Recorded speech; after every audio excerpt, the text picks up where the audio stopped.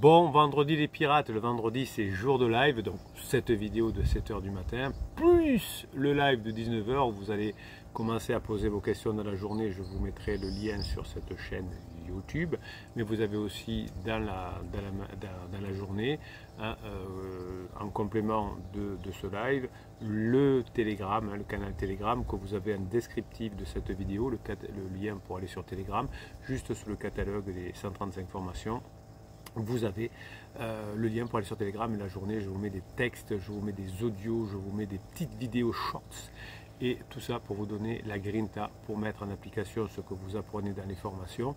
Comme on va parler dans le live ce soir 19 h de la formation de cette semaine, les lois du pouvoir, en gros vous allez vous régaler puisqu'il y a des lois du pouvoir. Les personnes qui ont le pouvoir depuis des millénaires utilisent les mêmes techniques. Vous allez récupérer le pouvoir de votre couple, non pas pour dire c'est moi le chien, hein, mais toujours en étant bienveillant et toujours pour récupérer votre couple, pour que vos enfants ne souffrent pas, n'est pas aller voir un psy plus tard, et que ça ne vous coûte pas trop cher non plus, parce qu'un divorce c'est 10 000 euros par an, 20 000 euros la première année. Et puis c'est une grande souffrance. Vous savez, les pirates qui sont revenus ensemble nous ont dit pendant la crise du conjoint, on a galéré financièrement. Heureusement qu'en plus on n'a pas eu à payer le divorce, parce que c'était une catastrophe. Donc investissez sur vous, hein, pour avoir le pouvoir et pour être heureux et pour permettre à vos enfants, par exemple, de récupérer aussi une famille, hein, parce que c'est important. Les neurosciences nous expliquent depuis maintenant des années que c'est par le clan ou la famille qu'on est le plus heureux, parce que c'est là où on dépense le moins d'argent, c'est là où on peut se protéger, c'est là où on peut se faire rire, c'est là où on peut faire l'amour entre parents, c'est là où on peut partir en vacances facilement, c'est là où on voit ses parents quand on en a envie et besoin. Ah, donc si les lois du pouvoir, la formation de cette semaine peuvent vous aider à traverser la phase 3 de votre couple, la phase d'exploration de votre conjoint, eh bien vous allez faire des heureux vous-même, bien sûr, puisque tout ce que vous apprenez d'abord c'est pour vous, et vous allez pouvoir l'appliquer dans différents domaines de votre vie, mais aussi vos enfants, votre conjoint, etc. Donc dans les lois du pouvoir, il est indiqué qu'il faut éviter les malheureux et les malchanceux, car ils sont contagieux et nuisibles. Dans la Grèce antique, on appelait ça le porteur de mauvaises nouvelles. Donc il faut éviter de s'associer et de s'apitoyer sur eux, et plutôt de s'entourer de gens heureux et chanceux. Donc évidemment, il existe des professionnels comme le capitaine qui vont vous aider à retrouver cette chance, cette façon d'être, mais ne soyez pas entouré de personnes qui font des jérémiades, qui disent c'est mort, de toute façon, tu n'y arriveras pas, hein, tout le monde divorce aujourd'hui. Ne restez pas autour de ces personnes-là, parce que ça va fonctionner. D'ailleurs, toutes les personnes qui donnent ce genre de conseils sont elles-mêmes pas des personnes très chanceuses, c'est pas des personnes qui ont bien réussi leurs objectifs dans la vie.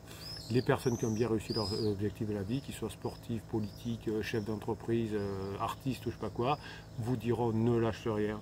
Moi aussi ça a été dur dans mon métier, moi aussi ça a été dur pour récupérer mon conjoint, moi aussi ça a été dur pour pas divorcer, mais tu peux y arriver. Donc entourez-vous de personnes qui sont positives, qui sont optimistes comme les pirates, hein. Écrivez aux pirates, faites un coaching avec le capitaine, achetez les formations, entourez-vous de positivité et ne vous laissez pas envahir par la négativité et le pessimisme. Quand il y a un bébé pirate qui arrive dans la team, généralement il est négatif et pessimiste, il se plaint, il est dans l'auto-victimisation. Eh bien vous, si vous voulez être heureux, vous allez déjà sortir ce pirate de sa difficulté, de son mal-être. Vous allez lui conseiller de faire des formations sur la grinta, de faire le pack starter, et vous allez faire en sorte que cette personne déjà aille mieux. Et si cette personne va mieux, hein, déjà vous serez heureux de l'avoir aidé, d'y avoir conseillé les bonnes formations. Vous l'aiderez peut-être même à mettre en application les formations, et vous aurez ensuite quelqu'un qui est positif avec vous, qui ne sera pas focalisé sur ses difficultés ou sur ses problèmes. Donc ne vous plaignez pas sans raison et sans arrêt, hein, votre conjoint a horreur de ça. Vous savez que c'est très pénible que votre conjoint se plaigne sans arrêt lui-même. Et si vous vous découragez pendant notamment la traversée du désert, vous avez une formation qui s'appelle Traversée du désert, vous avez une autre formation qui s'appelle Quand j'ai des doutes, ne vous plaignez pas sans arrêt ou sans raison. Quand vous avez des doutes, vous vous formez, vous vous rapprochez de personnes joyeuses, de personnes enthousiastes et vous apprenez, grâce aux formations, à diffuser autour de vous de la bonne humeur, de l'énergie. Certainement que si votre conjoint aujourd'hui a envie d'aller voir ailleurs, c'est que vous n'étiez pas dans la bonne humeur, de l'énergie, et vous allez apprendre à créer aujourd'hui une atmosphère, une complicité pour votre couple, et cette façon de faire va changer votre vie. Je vous propose un exercice, c'est chaque jour de faire 3 choses positives ou agréables avec votre conjoint, ou s'il n'est pas là parce qu'actuellement il est en phase difficile, en phase d'alarme, eh bien vous notez 3 choses positives et agréables que vous auriez fait avec votre conjoint, et notez aussi des choses positives et agréables qui vous sont arrivées dans la journée, et ça vous pouvez en parler à votre conjoint. Oh là là, il m'est arrivé un truc sympa aujourd'hui. Souvent on dit que les galères qu'on a eues dans la journée avec son conjoint, souvent on parle de boulot qui n'est pas très joyeux généralement.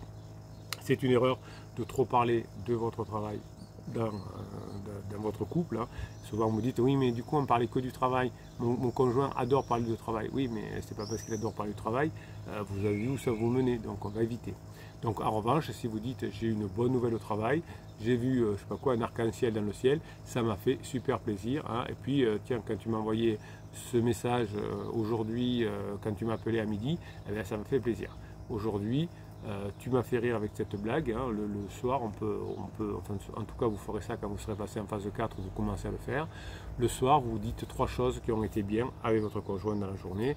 Tu m'as fait rire avec cette blague, le plat que tu m'as cuisiné était super, et on a fait l'amour comme des fous. C'est peut-être un peu pour plus tard, mais c'est comme ça. Donc faites toujours avec gratitude, sans oublier, tous les soirs, qu'est-ce qui s'est passé de bien. Et vous allez voir finalement qu'est-ce qui se passe avec votre conjoint, ça va s'améliorer de jour en jour.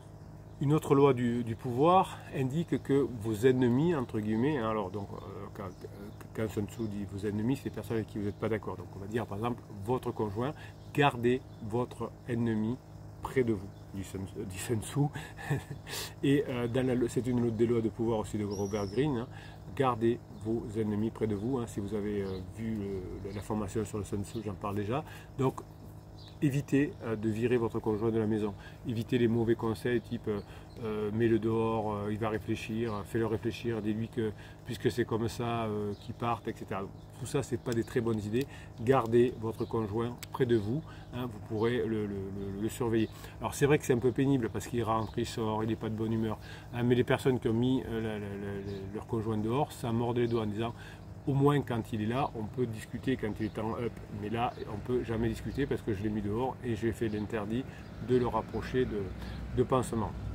Donc le fait de garder votre conjoint près de vous, c'est le moyen le plus sûr, c'est le moyen le plus malin de le surveiller, de le neutraliser, de lui montrer que vous avez changé.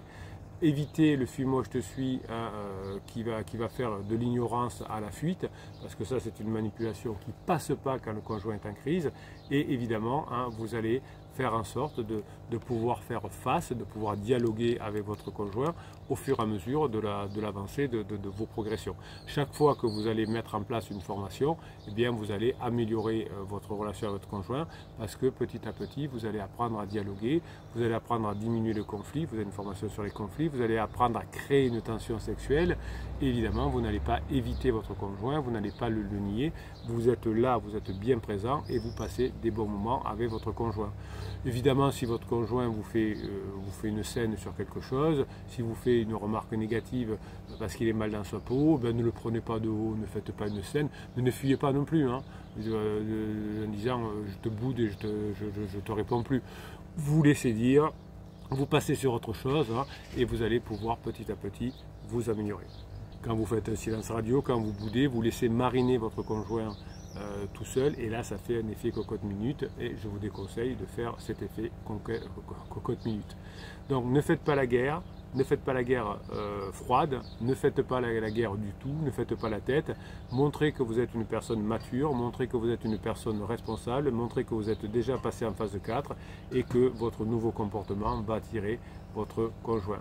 Vous évitez ainsi que le problème s'aggrave, vous évitez ainsi que le problème se répète en mettant de l'huile sur le feu, vous créez une opportunité de dialogue, vous créez une opportunité de compréhension dans votre couple, votre conjoint pendant sa crise existentielle a besoin de se sentir compris.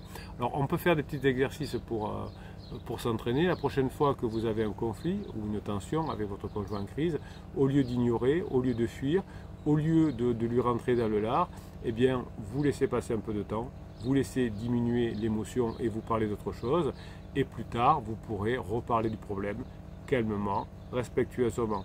Évitez les trucs à la, j'allais dire à la cour, mais bon, de triste, de psy en disant je vois que tu es en colère, je vois que tu es triste. Qu'est-ce qui ne va pas? Alors ça, vous pouvez faire ça avec vos enfants, évidemment, mais ne le faites pas avec votre conjoint. Hein. Votre conjoint, ça doit être léger, ça doit être bon ce que vous faites. Je sais que tu n'es pas d'accord avec moi, hein, mais peux-tu m'expliquer ton point de vue? Oui, il y a des psys qui vous conseillent de faire ça. Hein. Fuyez, fuyez ces trucs-là.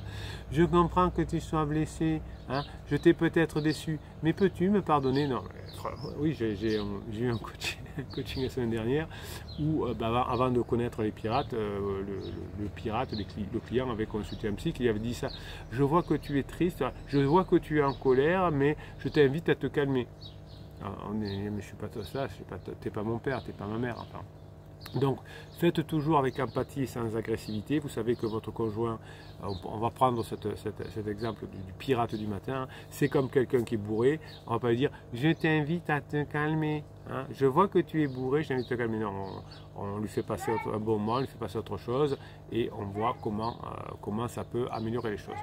Une autre loi du pouvoir, alors évidemment là je vous dis quelques lois comme ça en passant avec quelques exemples, mais vous avez tout bien expliqué dans la formation, vous avez 2h30 de formation, vous avez un fichier de motivation pour apprendre à mettre les lois du pouvoir en place, vous avez un fichier de neurohypnose. Alors neurohypnose, je vous rappelle, ça fait longtemps que je ne vous ai pas dit ce que c'était, c'est une musique détendante avec dessous des ondes binaurales, c'est-à-dire qui vont calmer votre cerveau, hein, je mets des ondes epsilon et je vous mets un texte que je vous lis mais que vous n'entendez pas ou très peu, donc ça s'appelle du subliminal et c'est pour ça que les neurohypnoses c'est de la balle. Dans chacune des 135 formations j'ai pris la peine de vous faire un fichier de neurohypnose différent avec une musique différente et avec un texte différent qui se rapporte à la formation. Donc vous avez pour cette semaine un fichier de neurohypnose dans la formation loi du pouvoir. Donc une autre loi du pouvoir nous dit qu'il faut utiliser l'honnêteté et la générosité sélective pour désarmer ses victimes. Hein. C'est le moyen le plus efficace et le plus subtil de séduire. Eh bien c'est pareil dans votre couple, il faut éviter évidemment d'être trop honnête, c'est-à-dire de tout dire, d'être trop généreux, c'est-à-dire que si vous donnez tout avec votre conjoint, il ne saura pas comment rendre et vous allez vous éloigner. Vous allez choisir vos moments, vous allez choisir vos cibles. Donc tout ça va s'appliquer dans le couple. Il faut être honnête, il faut être généreux, évidemment, mais ne dites pas tout. Ne dites pas je vais voir un coach, je me forme, ça ne sert à rien. Plus tard, quand vous serez revenus ensemble, et vous avez dans le groupe Facebook des pirates, vous retrouvez le groupe Facebook des pirates en descriptif de cette vidéo sur le catalogue des formations, vous avez des pirates qui ont dit voilà comment je suis revenu avec toi, et parce que voilà c'était fini, et il y a des pirates et des piratesses, donc des ex-criseux qui sont dans le groupe et qui continuent à participer.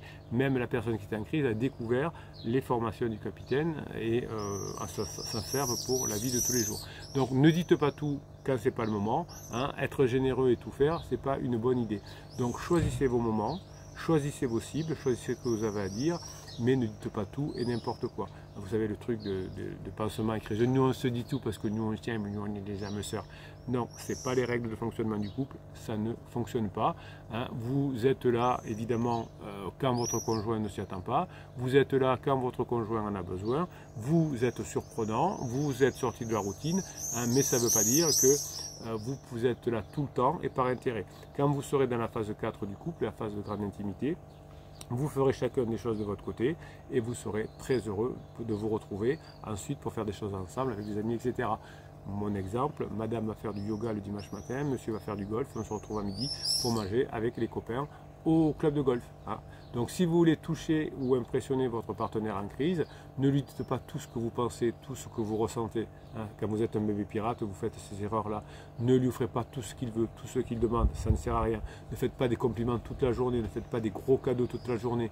Hein, tout ça, c'est expliqué dans la formation sur les interdits, comment ne pas commettre d'interdits. Donc vous allez montrer que vous êtes une personne fidèle, une personne sincère, une personne désintéressée, une personne solide, et vous êtes quelqu'un qui va permettre à votre conjoint de se sentir mieux dans sa vie. Donc je vous conseille l'exercice où vous allez vous entraîner à faire preuve d'honnêteté et de générosité sans trop en faire. Hein, faites des choses inattendues, faites des choses exceptionnelles. Exceptionnelles, ça ne veut pas dire incroyable, mais des choses que vous ne faites pas tous les jours, hein, par exception. Vous pourrez dire plus tard, quand vous serez en phase 4 par exemple, ne le dites pas tous les jours, faut que je t'avoue quelque chose. Donc faites monter la mayonnaise. Écoute, je ne sais pas comment te le dire, j'espère que tu vas bien le prendre. Oui, vous faites un truc comme ça. Et puis vous dites un truc comme je dois t'avouer quelque chose, et bien je suis amoureux de toi depuis le premier jour. Voyez, mais enfin, vous aurez fait monter un peu la mayonnaise. Je veux t'offrir un cadeau. Hein, je veux t'offrir un voyage au pays de tes rêves. Hein, on va relire ensemble Alice au pays des merveilles. J'ai un truc à te dire, elle est important. Vous faites monter la mayonnaise et au bout de 3 minutes, vous dites tu es la plus belle femme du monde, hein, ou tu es l'homme le plus beau du monde, quelque chose. Et là, vous allez observer les réactions de votre conjoint. Évidemment que vous n'avez pas fait tout ça toutes les semaines pendant votre phase 2, eh bien, vous allez vous entraîner à le faire pour la phase 3. Une autre loi va dire que quand vous demandez de l'aide, hein, vous faites appel souvent à l'égoïsme de votre conjoint. Donc demandez de l'aide, mais de façon modérée. Hein, on a vu dans la vidéo de hier, je pense, à force je ne sais plus, quand je vous dis, que quand vous demandez une aide à votre conjoint, faites en sorte que l'aide soit pour faire quelque chose en même temps. Je vous disais hier, ne demandez pas de votre conjoint de faire les devoirs de vos enfants pendant que vous allez faire les courses. Hein. Ne faites pas appel à la pitié de votre conjoint, mais à leur gratitude. Hein. Faites appel finalement à la générosité de votre conjoint, mais pensez à le remercier. Hein.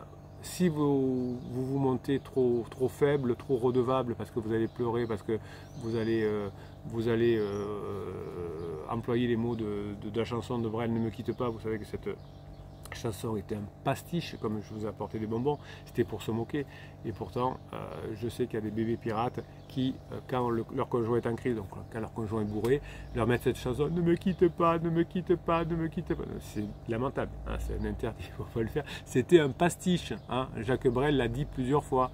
Hein, voilà, ne le prenez pas au premier degré, c'était je serai l'ombre de ton chien, voilà. Hein. Donc, mettez plutôt en avant l'intérêt et le bénéfice des autres. Votre conjoint a envie de se sentir reconnu, envie de se sentir valorisé.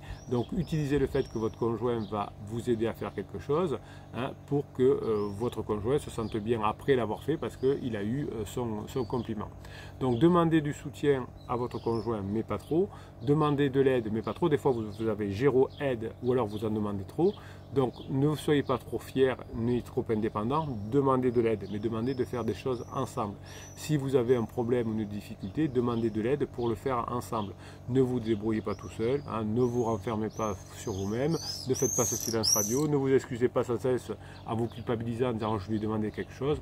Faites-le, montrez que vous êtes une personne humaine, que vous savez solliciter de l'aide, que vous savez solliciter du soutien, sans forcer, sans contraindre. C'est comme ça que vous allez créer une intimité et une entraide dans votre couple. Donc vous allez vous entraîner à demander des petites choses à faire ensemble. Et vous allez surtout apprendre à remercier. Et même dans le remerciement, plutôt que de dire merci, vous dire allez merci, on va se faire un thé ensemble, on va se faire un café ensemble, je vais t'inviter au resto, à quelque chose. Peux-tu m'aider à réparer la voiture si je ne sais pas le faire? Cela nous permettra de faire des économies et de payer je sais pas quoi à notre fils. Peux-tu me donner un conseil dans mon projet professionnel parce que je sais que toi tu es très fort, tu es très forte. Ça va me rendre plus fort parce que je sais que toi tu es bien là-dedans. Donc j'ai fait à la fois un compliment, j'ai demandé un conseil et ça va permettre de donner de la gratitude à mon conjoint et pour mon conjoint de sentir de la gratitude aussi. Donc ne faites pas, faites ça avec sincérité, sans abuser. Regardez comme votre conjoint va se sentir utile, regardez comme votre conjoint va se sentir impliqué. Ça, c'est bon. On va parler de tout ça, des lois du pouvoir, qu'est-ce que c'est le pouvoir, ce soir à 19 h dans le live. D'ici là, préparez bien vos questions sur la formation loi du pouvoir ou sur d'autres questions, vous l'avez. Vous commencez à faire la formation, vous l'avez dans le catalogue des formations descriptives de cette vidéo. Qu'est-ce que j'ai encore à vous dire? Oui, vous avez toute la journée sur Telegram, c'est le central névralgique, hein. Vous avez le lien pour aller sur Telegram sous le catalogue des formations. Je vous mets des vidéos, je vous mets des shorts toute la journée, je vous mets des textes. Allez-y, hein. Continuez à vous former, donnez-vous la grinta grâce à Telegram, grâce aux autres pirates pour mettre en application ce que vous apprenez dans les formations.